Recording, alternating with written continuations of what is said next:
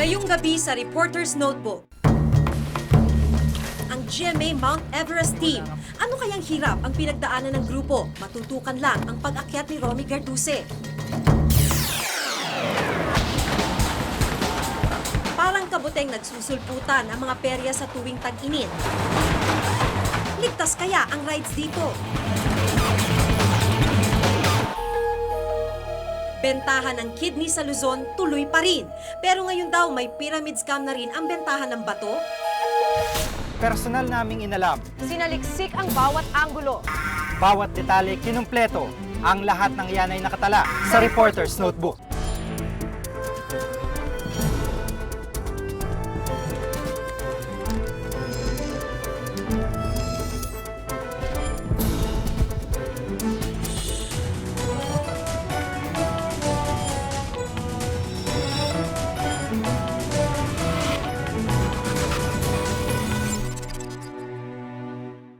Dati nang naibalita ang kidneys for sale sa Pilipinas. Pero kahit na binatikos at ipinagbawal na ito, marami pa rin nagbebenta ng kanilang mga bato. At may ilan na nahaluan pa raw ng pyramid scam ang bentahan ng kidney. Ang kwentong yan nakatala sa ulat ni June Veneracion.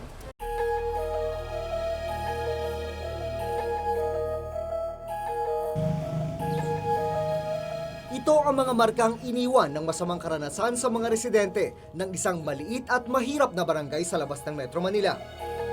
Halos isang talampakan ang haba ng kanilang pilat sa tiyan. Matapos silang ibenta ang isa sa kanilang mga bato. Nais raw kasi nilang magkapera at guminhawa ng konti ang buhay.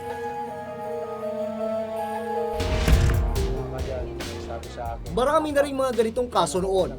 Naging talamak ang bentahan ng kidney sa Kamaynilaan. Marami ang nagimbal, pera, kapalit ng isang bahagi ng katawan ng tao. Hanggang ngayon, nagpapatuloy pa rin ito. Mas mataas na ang presyuhan at ang malaking pinagkaiba, may halo na raw itong lokohan.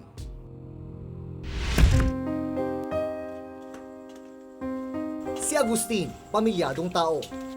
Nung nakarang taon, may lumapit daw sa kanyang isang recruiter. 350,000 ang alok. Bibilhin daw ang kanyang kidney. Tulad ng iba pa naming nakausap, hiniling ni Agustin na itago ang kanyang muka sa takot na balikan ng recruiter. Gusto ko pong magpundar ng hanap buhay na bangka. Tapos gusto ko po yung magpatayo po ng isang bahay na medyo mambato lang konti. Kaya po na inganyo po ako nagpakuha. Pero pagkatapos ng operasyon, 120,000 lang ang ibinigay sa kanya. Sinabihan daw siya ng recruiter na makukuha niya ang balanse kung may makukumbinsi rin na iba pang magbebenta ng kidney. Mistulang racket ng pyramid. Magdala huli doon bago mabigay yung kapunuan. Ayoko na nga pong magdala dahil po mahirap eh. Ayoko na pong madanas yung dinanas ko nila eh. Ang halos 200,000 pisong balanse mula sa recruiter na inaasahan ay hindi na niya natanggap. Ang tanging nabili niya ay ang kanyang maliit na bahay at isang bangka. Nakasaad sa Republic Act 9208 o ang Anti-Trafficking in Persons Act of 2003. Bawal ang mag-recruit at manloko ng isang tao para kumbinsihing ibenta ang kanyang kidney. May parusa itong pagkakulong ng 20 taon at multa mula 1 hanggang 2 milyong piso. Gumagawa mismo o ang mga natatraffic mismo ng mga tao ay mga biktima. Ang may kasalanan o ang kriminal ay yung nag-recruit o yung nag-hire sa kanila, sila yung tinatawag na kriminal. Dahil sa kapalit ay malaking salapi, nainganyo rin noon ang 19 anyos na si Samboy na ibenta ang kanyang bato. Di raw siya nagpaalam sa magulang. Ang kinita niyang 120,000 pesos ay ibinili niya ng tricycle. Pagka nag-recruit daw po ang tao na magpapa-opera, doon daw po ibibigay. Ay di na po kami nag-recruit. Di na po sa amin binigay. Itinago rin ni Crisanto sa kanyang asawa ang pagbibenta ng isang kidney. Nabalitaan niya kasi sa kanilang lugar, nakikita ng malaking salapi kapag ibinenta ito. Nakabili man siya ng tricycle, naibenta rin ito. Kailangan niya pa kasing bumili ng mga gamot para gumaling ang kanyang sugat. Hindi kasi sagot ng buyer ng kidney ang gamot na kailangang inumin matapos siyang operahan. Hindi rin sila pinagpahinga ng matagal sa ospital. Ang hirap talaga dahil ultimo pag ubo, may mararamdaman ka, masakit. Pag dumi, lahat, pag-ihi, lahat na ng naramdaman mo sa sakit, pagkakawala ng bato. Sa kabila ng sangkatutak na istoryang ganito sa media, matindi pa rin ang pag-uudyok ng kahirapan para literal na magbenta ng kanilang laman ang mga tulad ni Agustin, Samboy at Crisanto. Kaya ngayon, iisa ang idinadaing nila. Ang pananakit sa bahagi ng pinagtahian. Pakiramdam nila, pati kanilang tadyang ay nadamay sa operasyon. Sinabihan raw kasi sila ng isa sa mga doktor na tumingin sa kanila. Kasama sa proseso ng pagtangkal sa kidney ang pagbawas sa isa nilang tadyang. Hindi raw ito ipinaalam sa kanila bago ang operasyon. Ang usapan lang namin, kidney lang ang kukunin. Pero kung alam kong ganun, hindi na sana ako nagpakuha. Dahil malaking pisala nga sa katawan Dinala namin sa ospital si Crisanto para masuri. Ang resulta ng x-ray, may ibinawas sa kanyang tadyang. Paliwanag ng isang kidney expert na aming nakausap, paminsan-minsan ay kailangan talagang bawasan ang tadyang ng kidney donor bago gawin ang operasyon. Oo. Depende yon sa location ng kidney. Merong type, pero ang tinatanggal noon is napakaikli lamang na portion ng rib, no? 12 rib. Wala naman daw epekto sa katawan ang pagtanggal ng tadyang. Sa huling suma, pagsisisi ang naging resulta ng pagbebenta ng bato nila Agustin, Samboy at Crisanto. Huwag na ho silang magpakuha pa. Napakahirap po. Hindi lang nila alam kung gaano hirap ang aming dinadanas ngayon. Napakasakit. Pag taglamig na, mararamdaman na nila yan. Kunting lakad, pagod. Hindi makabuhat ng mabigat. Panay kunti lang ang binubuhat. Huwag nyo na kami tularan. Ang nakakalungkot, hindi makukonsensya ang mga recruiter habang may mga Pilipinong handang sumubo sa dihadong kasunduan at kumapit sa patalim dahil sa kahirapan. Ako si Jun Veneracion at ito ang nakatala sa aking Reporter's Notebook.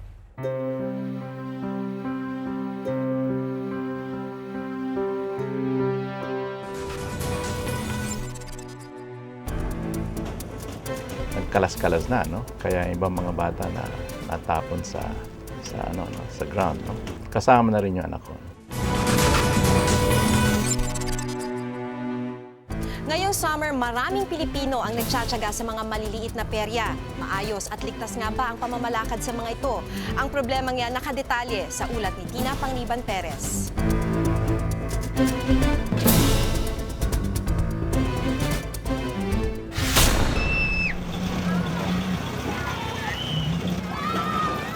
Makatindig balahibo.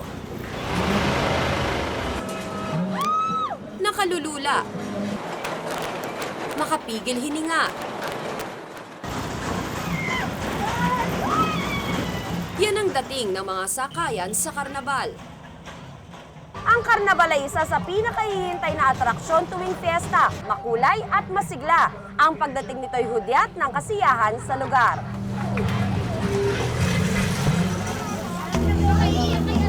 Pero paano kung ang pinananabikang joyride ay siya ring maghahatid sa iyong huling hantungan?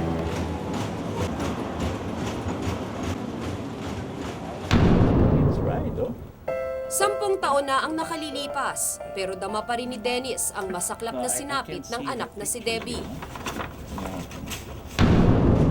Namatay ang noon ay 10 taong gulang niyang anak matapos bumigay ang sinasakyang fish coaster sa isang school fair. Nagkalas-kalas na, no? Kaya ibang mga bata na natapon sa ground, no? Kasama na rin yung anak ko. Tumilapon si Debbie na naging sanhi ng kanyang pagkamatay. Ang kasama niyang si Catherine. Swerteng nakaligtas, pero naputol ang kaliwang kamay nito.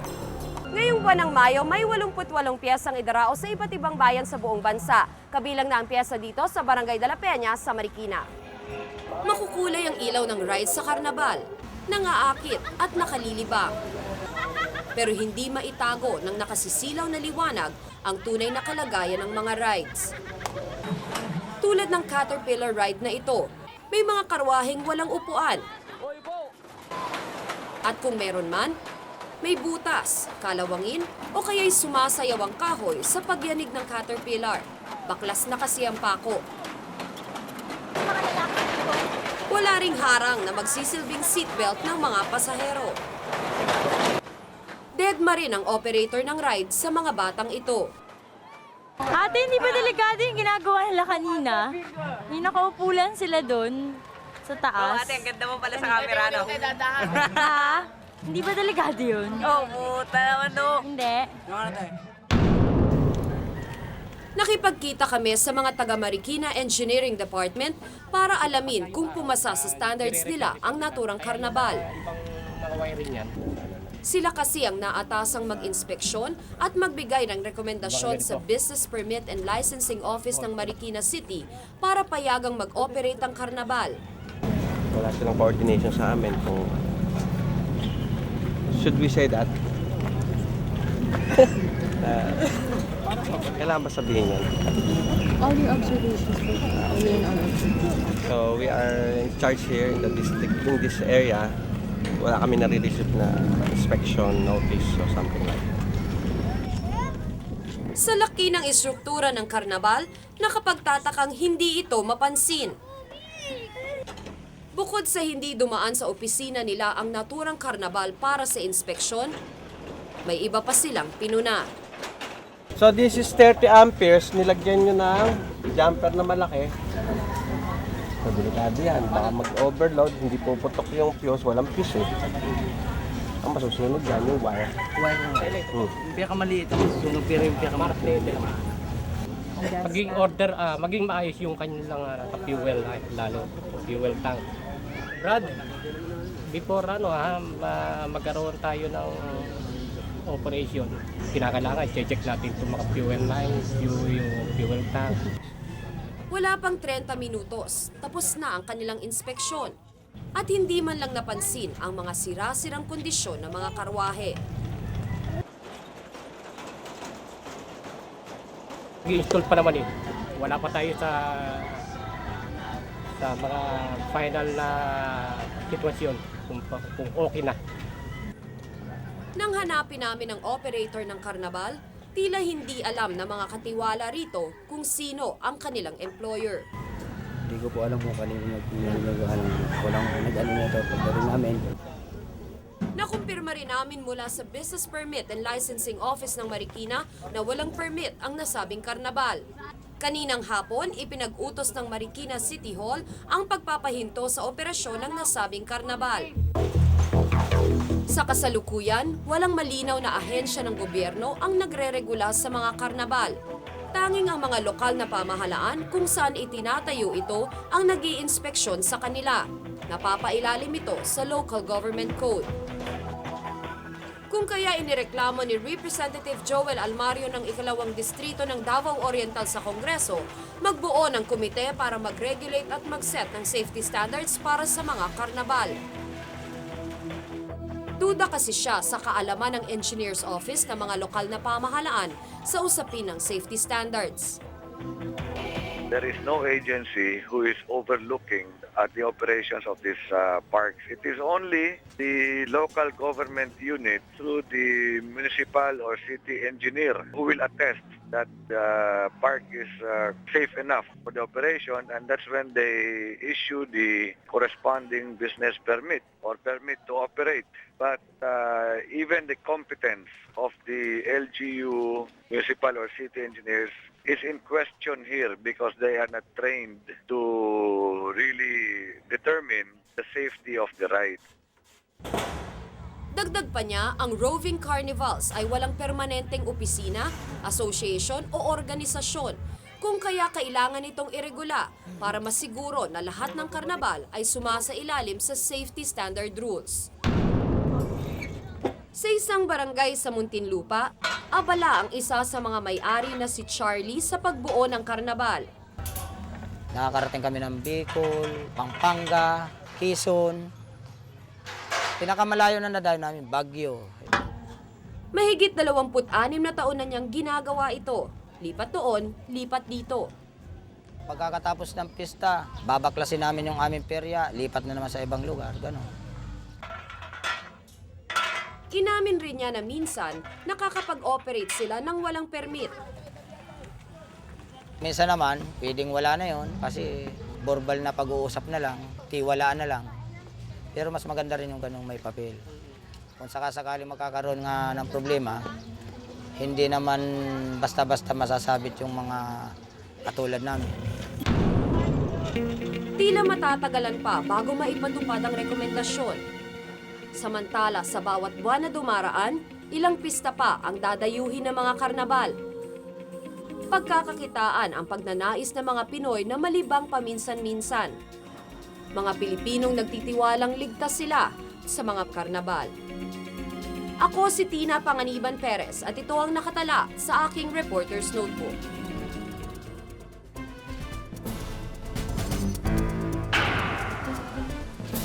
Sa taas nitong 3,000 metro, nasilayan namin sa unang pagkakataon ng Mount Everest.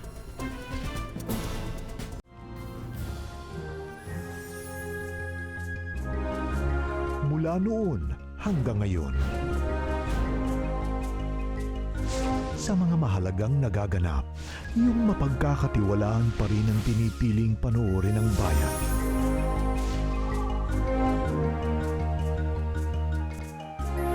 Ano man ang issue, noon at ngayon.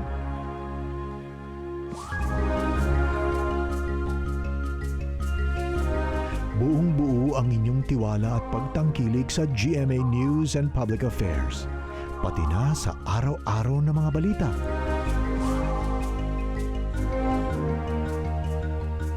Sa iba't ibang parte ng bansa. Yan po ang katotohanang di maikakaila na patuloy naming ipinagpapasalamat at higit na nagpapalakas sa aming adhikaing makapagbigay sa sambayanang Pilipino ng serbisyong totoo.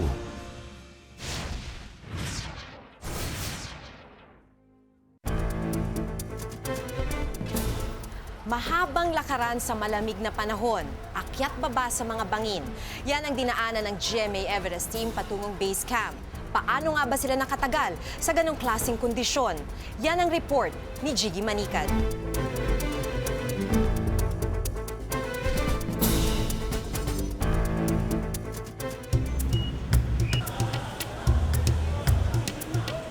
Halos isang buwan na nakakaraan ng tumulak ang GMA Everest team papuntang Nepal. Susundan ng team hanggang base camp ng Mount Everest si Romy Garduse para maihatid ang mga kaganapan sa kanyang pag-akyat sa tuktok ng Mount Everest.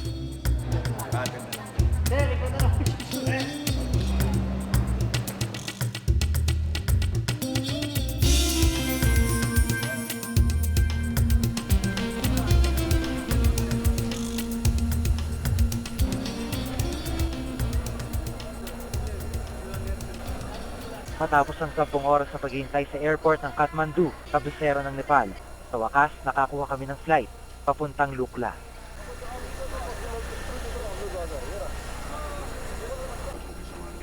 Na-delay ang mga flight di lang dahil sa malakas na ulan, kundi dahil sa snow. Binibigyan kami dito ng bulak, tsaka candy. Yung bulak para sa tenga, earplugs, tapos itong candy, siguro ito yung ano nila. Obviously, pagkain nila dito sa aeroplano. Ang Lukla ang bayan na aming daraanan papuntang base camp ng Mount Everest, na siyang unang destinasyon, paakyat ng bundok. Kakalanding lang natin sa Lukla. Yung airport nila nasa pagitan ng mga bundok. Kaya eksaktong-eksakto lang yung pagpapalipad. Ito nagpapalakpakan yung mga tao dahil medyo maganda yung landing namin.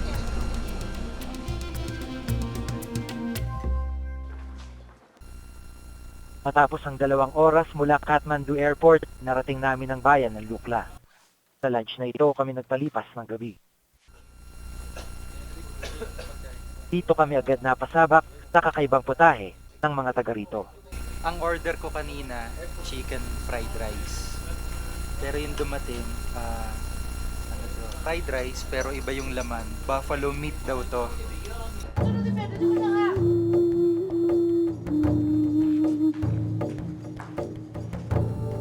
Kinabukasan nakilala namin ang mga taong maghahatid sa amin sa base camp. Sila mga guide o Sherpa kung tawagin. Dahil sa lamig, karaniwang ganito nagsisimula ang araw nila dito sa Lukla. Frozen? Cold? Yes. Cold? Very cold? Warm water? Ito ang simula ng aming 11 araw na paglalakad papuntang base camp. Nang araw na iyon, pinulong ng aming Sherpa na si Lakpa Norbu ang mga porter na magbubuhat ng aming gamit. Kumpara sa simpleng tagabuhat, malaking responsibilidad ng mga Sherpa.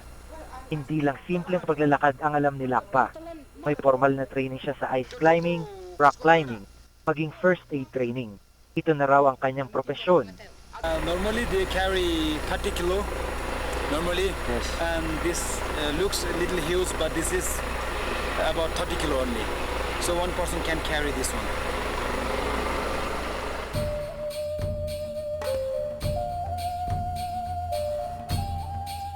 Mula sa Lukla, may 3 oras ang lakad papunta sa bayan ng Pakding. Ang mga daan karaniway batuhan. Pero dahil marami ang bumibisita rito, ang ibang daan pinaganda pa ng mga katutubo.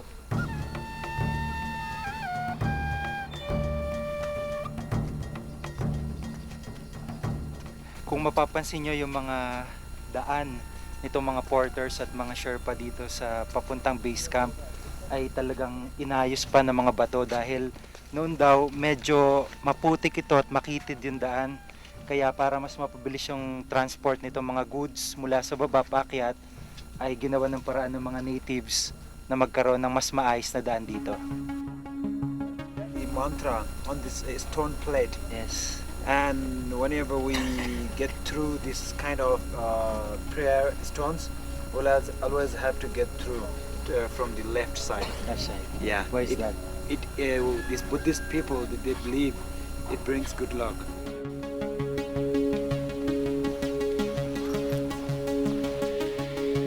Kalagitnaan ng aming paglalakbay, hinabot kami na ulan. Lalo pang lumamig ang may ginaw ng panahon. Kaya ang 3 oras na karaniwang lakad, hinabot ng mahigit 4 na oras.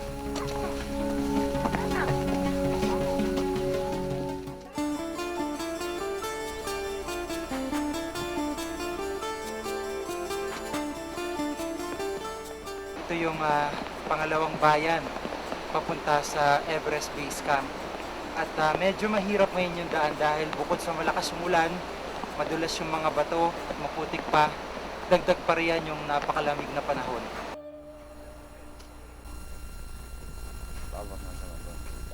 Mula Pakding, sunod naming pupuntahan ang bayan ng Namche. Nagsisimula pa lang ang umaga, pumuporma na ang aming makakasamang magbuhat ng aming mga dala.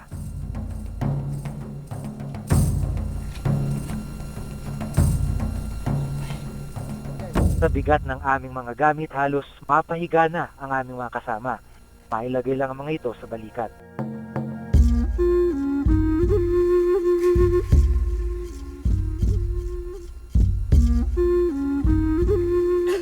Karaniwan silang nauna at nakikita na lang sa lugar na aming pupuntahan.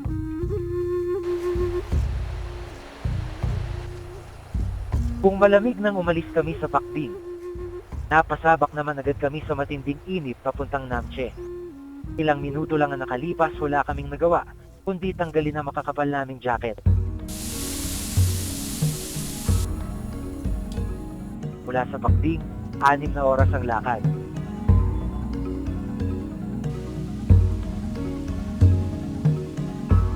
Sa taas nitong 3,000 metro, nasilayan namin sa unang pagkakataon ang Mount Everest. Nandito na tayo sa may 3,000 metrong altitude. Nararamdaman na natin yung epekto. Mahirap huminga dahil manipis na yung hangin. Pero napapawi yan kahit papano. Dahil sa likod natin, sa gitna ng mga bundok na ito, yung tuktok mismo ng Mount Everest.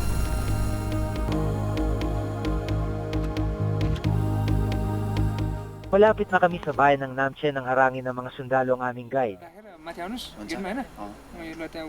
Nakita kasi ang dala-dala naming walkie-talkie. Dahil sa takot ng mga sundalong magamit ito ng mga rebelde rito, pansamantala itong pinumpiska. It's their duty, in Nepal because of this Maoist problem. They are also a little scared, so they have to go through their duty, and we have to respect them. Ilang minuto pa bumungad na sa amin ang bayan ng Namche.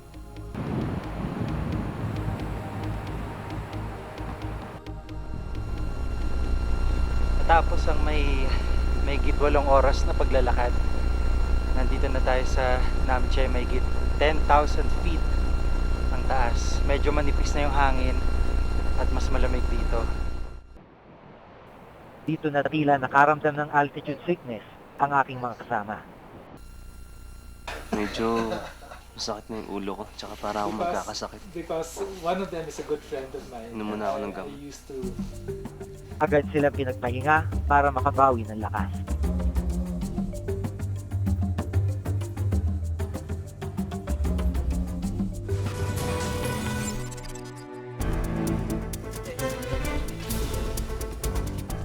Para siyang giniling na kamote. Pero pag kinaya mo magaspang, tapos ito hindi ko maintindihan yung lasa ng sabon nila eh. Hindi siya maalat, hindi matamis, pero parang may nuts.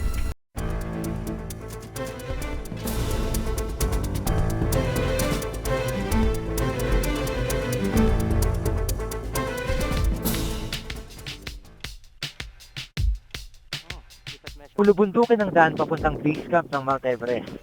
Karaniwang mabato at matatarik ang mga daan. Wala sa bokabularyo ng mga tao rito ang mga sasakyan, maski na bisikleta.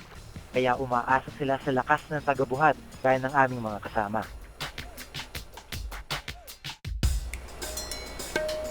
Malamig man ang hangin, manipis lang ang damit ng ilan sa kanila. Ang iba nga, nakatsinelas lang. Ang mga dalang tungkod ang ginagamit nila sa pamamahinga.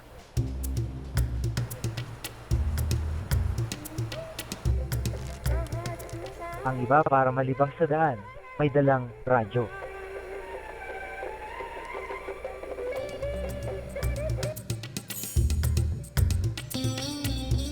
Karamihan sa mga porter dito, wala ng baong, tubig tsaka pagkain. Talaga nagpapahinga lang sila para makabawi ng hininga. Pagkatapos nun, lakad na ulit paakyat ng bundok. Napansin kong hindi lang mga lalaki ang nagbubuhat dito. Marami rin akong nakita mga babae at pati mga bata. Siguro 4 o 5 oras na kaming naglalakad sa lamig, sa init. At itong batang ito ay kanina pa namin kasabay. Siya ay isa sa mga porter na nagbabiyahe dito papunta sa Namche. At kung nakita nyo naman yung daan, medyo mabato, pero para sa kanya, kayang-kaya daw niya yung trabaho. He don't want to go to school, he want to follow his father, but his father is well experienced working in this field. It's very difficult, so his father doesn't want anymore his son to carry loads and do trekking. Yeah, and he wants to send him to school again. May sariling pagkain ng mga nabubuhat dito, pampalakas daw ng katawan. Nang abutan namin ang aming mga kasama, ito ang kanilang pananghalian. Para siyang giniling na kamote. Pero pag kinaya mo magaspang, tapos ito hindi ko maintindihan yung lasa ng sabon nila eh. Hindi siya maalat, hindi matamis, pero parang may nuts. Mahirap man ang kanilang trabaho, mababakas naman sa kanilang mga mukha ang kasiyahan. Dahil sa mga nararamdaman, binabuti ng aming guide na isailalim kami sa tinatawag na acclimatization o pag-adjust sa lugar. Para mawala mga sintomas ng altitude sickness, hinarap namin ito sa pag-akyat pa sa mas mataas na lugar. We go for hiking. We climb about 400 meter. Why? Just to get acclimatized, so that for next camp, it will be easier to get there. Mahigit 3,000 metro ang bayan ng Namche. At mula rito ay umakyat pa kami ng 300 metro. Init at lamig ang naranasan namin sa bundok naming inakyat. Hindi naging madali ang daan para sa amin. Mas mahirap pagka makapal yung yelo kasi natatabunan yung mga bato at wala kang masyado maapakan na matigas. Lalo pa ngayon na natutunaw na yung mga yelo, yung daan nagpuputik, kaya mas madulas. Kung mahirap na ang paakyat, pagsubok din ang pagbaba. Ang malamig na hangin maaaring magdulot na rin ng sakit. Bukod sa mga taong nagbubuhat, may katulong na hayop ang mga tao rito. Yak ang tawag sa mga ito. Sila mga katumbas sa mga kalabaw sa atin, pero nabubuhay lang sila sa malalamig na bansa, kagaya ng Tibet at matataas na bahagi ng Nepal. Walang tigil ang pagbiyahe nila ng pagkain at iba pang kailangan ng mga nakatira sa itaas. Mga yak ang ginagamit sa pagdadala ng mga equipment ng mga aakyat sa Mount Everest. Umpisa pa lang ang aming pinagdaanan sa paglalakbay patungong base camp ng Mount Everest. At sa kabila ng matitinding pagsubok, determinado naman kaming marating ang aming destinasyon.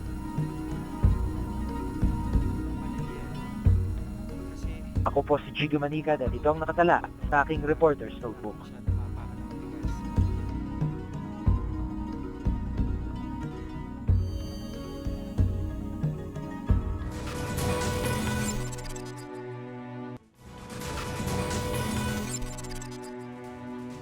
Kung may nais kayong ipasiyasat na issue o balita, maaari kayong tumawag sa amin sa numero 928-7021, local 1424. Maaari rin kayong mag-email sa reportersnotebook@gmanetwork.com. Para sa malalimang pagtingin sa mga issue at balita, samahan nyo kaming muli sa susunod na Martes. Ako si Gigo Manicad. Ako si Maki Pulido at ito ang Reporter's Notebook.